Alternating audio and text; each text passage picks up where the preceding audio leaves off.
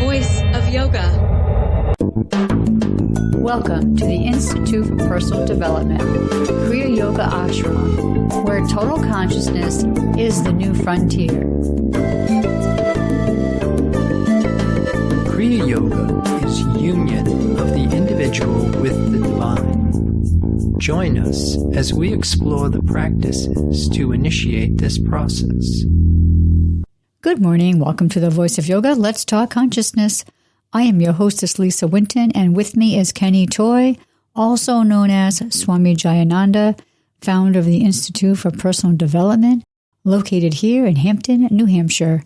Good morning, Swami. Thank you for being here today. How are you? Good morning. I'm doing pretty good today. How about you? Well, I'm doing great today, too. Thanks for asking. And we'd like to thank you all for tuning in. Today on the Voice of Yoga, we will talk about the resurrection of Lazarus as a metaphor for the sanctification phase in the developmental process, which is when divine mind acknowledges itself as you. Listen as we explore the meaning of attunement of the mind-body complex to the divine idea in the biblical story. In this podcast, we will explore the symbolism of Scripture as the instruction for the inner event leading to ascension. Welcome to the Voice of Yoga. We are talking consciousness. Join the Kriya Yoga Spiritual Advance to get the light in your soul and rise above material sense. Swami, I see the title of today's show is Resurrecting the Lazarus Consciousness. Can you tell us what was your inspiration behind this title? Yeah, I was inspired by Herb Fitch's Realization of Oneness, classes 13 and 14, A and B, for this episode entitled, he takes the book of John and turns it into the journey from sense to soul. In this podcast, I'd like to talk a little bit about some of the important points he makes.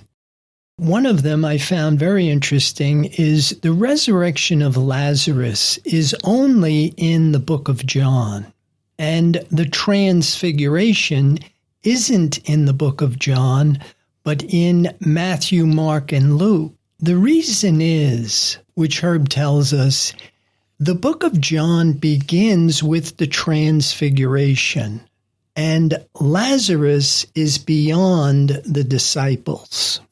He talks about two kinds of death, the death to the form and be born again, and death to death and live eternally.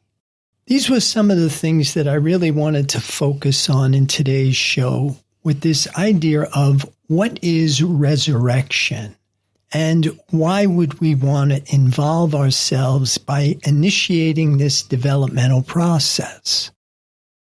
So, to give us more of a foundation of what we want to talk about, can you explain the Transfiguration for our listeners? Yeah, the idea of Jesus taking James, Peter, and John to the mountaintop is really a prerequisite for this second stage in development. So if we don't have the primary stage in place, then of course we don't qualify for the second part. I think it's important to begin to understand that these stories in the Bible are really metaphors, not so much for external events that took place 2,000 years ago, but an inner event, something that each and every one of us must undertake at some point. When you're using the symbolism and you convert it into inner characteristics and qualities, along with physical and mental functions, you start to get a better understanding of what's my responsibility in this. So we've taken the Transfiguration apart and we've looked at it not so much as Jesus taking James, Peter, and John to the mountaintop, but more as principle, soul, life, and love being brought to mind or divine mind, where not so much Moses and Elijah appear, but that truth and spirit appear. And then we're able to join spirit and truth, which brings spiritual light, the light of illumination that will reveal the nothingness of anything unlike spirit. But if we don't have an understanding of what are the things I can do to induce this God experience, then we sit around like most of us are, and we wait for Jesus to come back and take us in on his demonstration. But here we're learning that we have to climb Jacob's ladder. And in the process of doing this, we have to give up the false sense of existence and be born again of spirit. And that's not just an intellectual accomplishment, but there's physics involved here. We have to refine ourselves physically and mentally, purify and perfect the mind-body complex, and then rebirth it in the invisible, intangible omnipresence. And all of this has an evidence procedure. So what is involved with this evidence procedure? What do we need to know? Well, we have to graduate from living out from a mental material basis, using a mind that can't perceive the divine creation. Then shift to a spiritual basis. And there are things that happen. The chemicalization that Mary Baker Eddy talks about in Science and Health are the changes that happen as identity shifts from a mental material basis to a spiritual basis. When we're drawing from duality, fear and limitation, the physics of spirituality is like attracts like. Draw from fear and limitation, that's what you become. But when you rebirth the mind-body complex in spirit and you draw from spirit, truth, and wholeness, that's what you become. What are the changes we can expect to begin to happen is all the good, beautiful, and true qualities belong to the divine. And if we're drawing from truth and wholeness, then even the mental material false concept must have those divine qualities. That's how you can gauge the fruits of your labors. Swami, could you dive a little bit deeper in talking about the two kinds of death that Herb Fitch had mentioned? Yeah, well, there's the one that we're all familiar with, is the one when the physical form expires. And we fall back into the cycle of death and rebirth, where our sense of self moves into the astral plane, and eventually we crave existence. And the next thing you know, you find yourself back in form. Whereas death to death is when we die to that false sense of existence and we are born again of spirit. And the realization life is eternal. I am perfect, whole, complete, everywhere, always. And from this perspective, of course, there's no death, no sickness, suffering, disease, lack, or limitation. This is what we are aspiring to do. We can continue living instinctually, living out from a personal sense of existence, but as Jesus told you, you will die in your sin. But if you have this willingness to give up the false sense of existence and know yourself in the way that you are known, which is spirit, then you have the promise of Scripture, life eternal. We have a soundbite here from Herb Fitch from his class Realization of Oneness, class 14A. And if anybody is interested in the full audio file or the complete program, you can get this at mysticalprinciples.com, and I'll play it. The body of Lazarus was governed by the mind of the world. It had a heart. It had lungs. It had organs. These organs could no longer function. They were not God-governed. And yet a new body appeared, seemingly like the first. Your heart, your lungs, your bodily organs are not God-governed. And yet there is a body there which is God-governed, a body which, even though the human sense of body stands before you, there is a body present which does not depend on the activity of the heart or of the lungs. It does not depend on breathing or blood pumping through you. That body must be lived in. It cannot be lived in while you live in this body.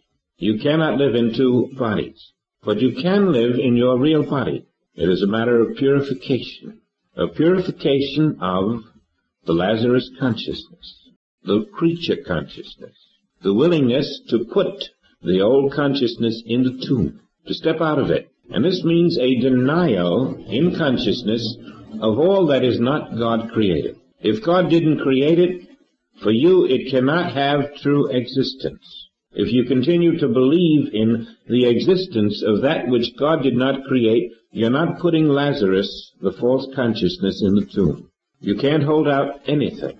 It's a complete and total relinquishing of the false mortal consciousness. Mortality does not exist.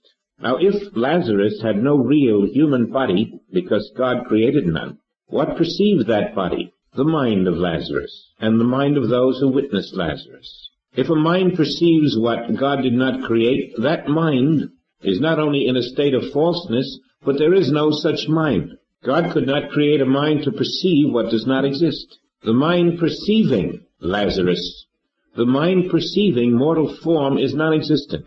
The activities of the mortal form perceived by the mind need not concern you. If you can lift yourself to the place where you know that that which I see, that which I experience from the mortal viewpoint, is in a mind, and that mind is no more present than the body of Lazarus was. That mind is no more present than the body it perceives. The mind is no more present than the conditions of matter that it experiences. If I can take this world and see it as an activity in my mind, I can look out at all that happens in this world knowing it happens only in the mind that has no existence. And so you develop habits of living in which you look at matter, form, the activity of matter and form, the sensations of matter and form, the motion of matter and form, the size, weight, and seeming substance of matter and form, and you know it to be an activity of mind, and you know that mind to be non-existent. And when you can rest there, free of the activity of that mind, you are taking the world and putting it in the tomb. You're taking the Lazarus consciousness of the world, the false state of body, false state of mind, the false perceptions of that mind, the total material form and its material lifespan. And you're saying God is life, and life never becomes lifespans. God is life, and life never becomes sick. God is life, and life never deteriorates. God is life, and life never becomes blind or deaf. God is life, and life is never lacking or limited. That which I perceive as lack or limitation or death or sickness or disease or any form of mortality, any form of bad mortality, any form of sinning mortality, any form of limited mortality, and any form of good mortality, that is perceived in a mind which has no existence. I can rest there, for the mind of the Father can only come to express where I stand when I have died to the false mind. Then Christ draws near, then Christ says, "Come forth," then the immortal self is revealed. Then the conditions, unlike God's creation, which never existed except in the mind that perceived them, are shown to be false and non-existent. We learn, as Shakespeare said, nothing's either good or bad, but thinking makes it so. We're removed from the hypnotism of the mind. Now, you'll find it necessary that you put this world into your mind consciously, because that's how you're going to find the soul realm. As the mind and its false creation, the world, are buried in the silence of your realization of the ever-present, invisible, divine life as the one and only, the only creator, the only power, the only source, the only cause, the unwillingness to accept that there can be a second creation other than spirit itself, a second power other than spirit, a power to create lack and limitation, a power to create sickness. And you find you are taking your world and putting it through your resurrection consciousness. The world moves through your resurrection consciousness. What comes out? Lazarus reborn. The spiritual universe appears where the world had seemed to be, because your resurrection consciousness liberates you from the false sense of a world that never was. The complete myth, mind, matter, body, world, and all that it contains, never moves into your resurrection consciousness. It stops there. And all that appears to you is life governing and projecting its own divine image. Darkness goes into your resurrection consciousness, and only light becomes visible. We're to stand there. We're to look at the claims of the world, not from the consciousness of Lazarus who went into the tomb, but from the consciousness of Lazarus who reappeared.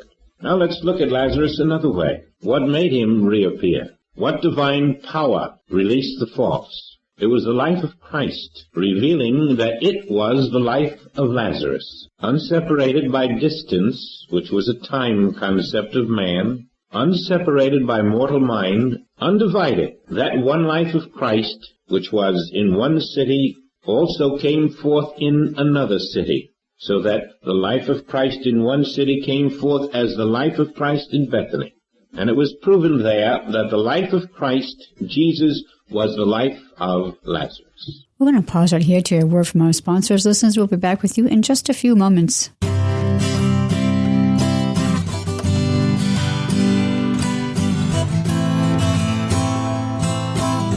Kriya Yoga Spiritual Advance at Institute for Personal Development Incorporated, Kriya Yoga Ashram, is a complete program for anyone looking to demonstrate divine law with scientific certainty. To demonstrate divine law, conscious awareness of divine truth is necessary. The spiritual advance starts with the divine creation, beginning with the principle, life is perfect, resting in the knowledge life is eternal, formless, changeless, and absolute good. The practitioner retreats from the obstructions which are the veiling conditions of the mortal mind, then rests in the knowledge of the divine principle, thus revealing the precept, consciousness is experience. Visit the website www.ipdtransform.com and begin living under spiritual truth. Welcome back. For those who are just joining us, you're listening to The Voice of Yoga, and we are talking consciousness. So, Swami, it seems the picture Herb Fitch is painting about the resurrection of Lazarus is much different than what I grew up with in Sunday school. Yeah, I think that might be true for most of us. We really don't understand. This isn't a story about something that happened 2,000 years ago, but it's really a symbolic image of what happens to human identity when it shifts from a mental material basis to a spiritual basis. One of the reasons why the symbolism we use is of the man, the bull, the lion, and the eagle can provide the correlation between what in yoga is called Ida Pingala Shushumna, also be translated into Lazarus and Martha and Mary and Jesus. These aren't really characters playing a role in the outside world, but it is symbolism for what's going on in our inner environment. Because what we're trying to do is paint a diagram for the divine order, which is the perfection of being made visible. And to help us with this, we have a soundbite I'll play now. To use the symbolism of the resurrection of Lazarus to help us understand what we are doing, let's unbox it. Lazarus is the purified human consciousness. Martha is the physical appearance of matter and form we call body. Mary is the belief and concept we call finite mortal mind. Jesus is Christ, the saving aspect of truth. Let's start. The sisters write Jesus to alert him, symbolizing a stirring in the mind-body complex, seeking the divine self. Lazarus is put in the tomb. The false sense of self must be buried in the silence and stillness of divine revelation before Christ can come to the purified human consciousness. Martha greets Jesus. Matter and form are attuned to the divine idea. Martha goes within and gets Mary. Mary comes out. Belief and concept are attuned to the divine idea.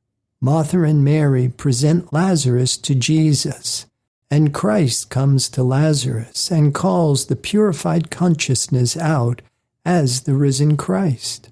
The joining of spirit with truth brings the light of divine eternal life, revealing the nothingness of anything unlike divine perfection.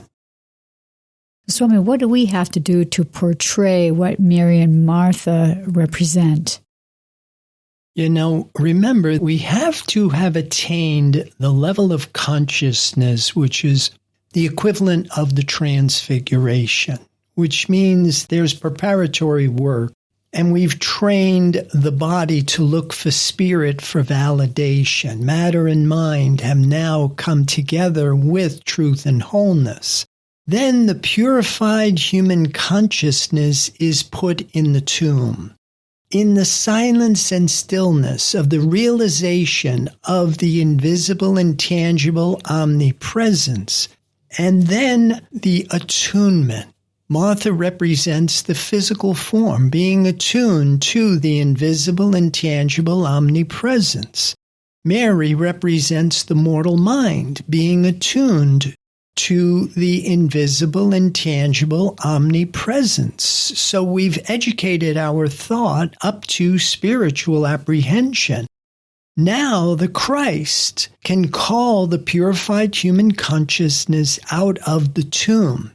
This would be symbolized by the birth of Christ in consciousness. And now the next part is using it, learning how to walk through the good and evil concept, through the mental material illusion, and not be tempted to believe in something other than this divine truth.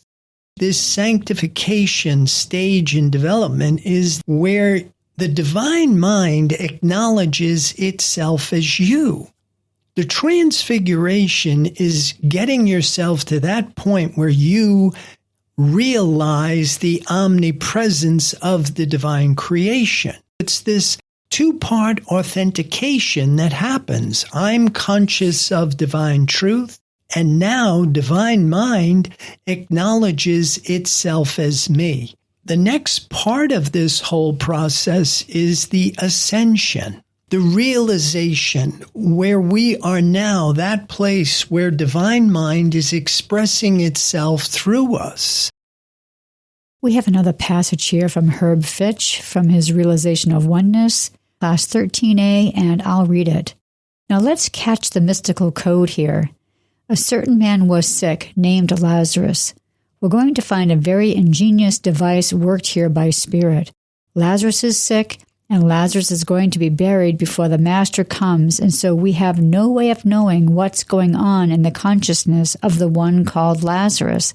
And that's why Mary and Martha remained above board visible in this delineation. They are the consciousness of Lazarus. They are what's taking place in Lazarus for Lazarus to come forth. We trace his consciousness through Mary and Martha.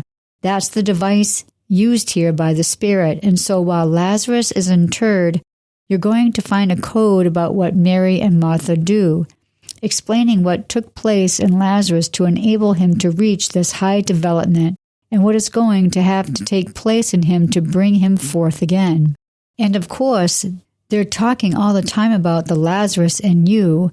For Lazarus in you is that state of development which is ready through purification to be Christed. When you reach the moment in which you're ready to be Christed, that is Lazarus, and that comes through the various mystical codes that John is going to carefully trace for us. He says that they were in Bethany. Bethany, you'll discover, is a state of consciousness to which your soul must travel. It is the city whereto the division of yourself is united into one, and that Bethany at the moment is pointed out to be the town of Mary and Martha. They are two, and they must be united into one in Bethany. That's where the union takes place. That's where Christ is born in Lazarus. That's where you present yourself in your uplifted consciousness of one to be Christed by the Spirit, and as you pass through Bethany, you're on your way to the higher consciousness called the New Jerusalem. These are not places. These are symbols. This isn't just Bethany, it's the town of Mary and Martha, meaning this is the consciousness that Mary and Martha will come into. End of this passage. Swami, what are your insights about what I just read? Yeah, I really like what he said. And of course, they're talking all the time about the Lazarus in you. For Lazarus in you is that state of development which is ready through purification to be Christed. The end of that quote. Yeah, that's one of the reasons why the idea of purification is so essential in the practice of Kriya Yoga, because of the physics of spirituality. Like attracts like. We have to purge ourselves of all of our unnecessary dependencies, internalize a new symbol, change the reward circuits in the brain, so the body isn't looking for something visible and tangible or even invisible and tangible for validation. This is the only way we can attain that level of calmness, because we are in tandem with something that's pure, powerful, sacred, and is never going to let us down. This is a process, and it unfolds in 3 phases. Call it what you will. Crucifixion, resurrection, and ascension. Realization, sanctification, revelation. Pre-personal, personal, transpersonal. However you want to look at it, caterpillar, chrysalis, butterfly. There are things we must do to graduate from thinking with 5 corporeal senses to knowing with 7 spiritual senses. And if you don't understand this is a science with an evidence procedure, you get lost at the level of belief, which is where Orthodox religion leaves you. You believe in a concept of God, but spirit is a demonstrable principle. It's a law. We're learning we must be conscious of it to activate it in experience, and thinking about it is not the same as being conscious of it. So we have to develop this faculty that enables us to perceive the divine creation, because without it, we can't get beyond belief. So how would we know when we have reached that moment when we're ready to be Christed? Well, I think initially you would have to love God. And that's just not a cliche phrase. You would have to be drawn to what is invisible and intangible. You would have to feel connected to something that's pure, powerful, and sacred. You're born again of spirit. You're not looking for particles and waves. You're longing for that which is incorporeal, invisible, intangible. And like I said, you would have the peace that passes understanding. There would be a calmness, a confidence. Your whole sense of self is established in a relationship with a resource that is more reliable and more dependable than the outside world. You're no longer fooled by the testimony of the corporeal senses, the false sense of existence. And there's no attraction to that which is not perfect and pure and whole. Swami, thank you for your insights for today's episode entitled Resurrecting the Lazarus Consciousness. Listeners, be sure to visit the website www.ipdtransform.com. On any of the pages, as you scroll down, you will see several buttons there that you could press to further your understanding. So, do you have any other final thoughts about today's podcast? Well, I would like to encourage people to join the Kriya Yoga Spiritual Advance, get the light in your soul, and rise above material sense. Namaste. Thank you for listening to our program, The Voice of Yoga. This is Lisa Winton, along with Swami Jayananda, signing off. Have a wonderful Kriya Yoga realization. Namaste.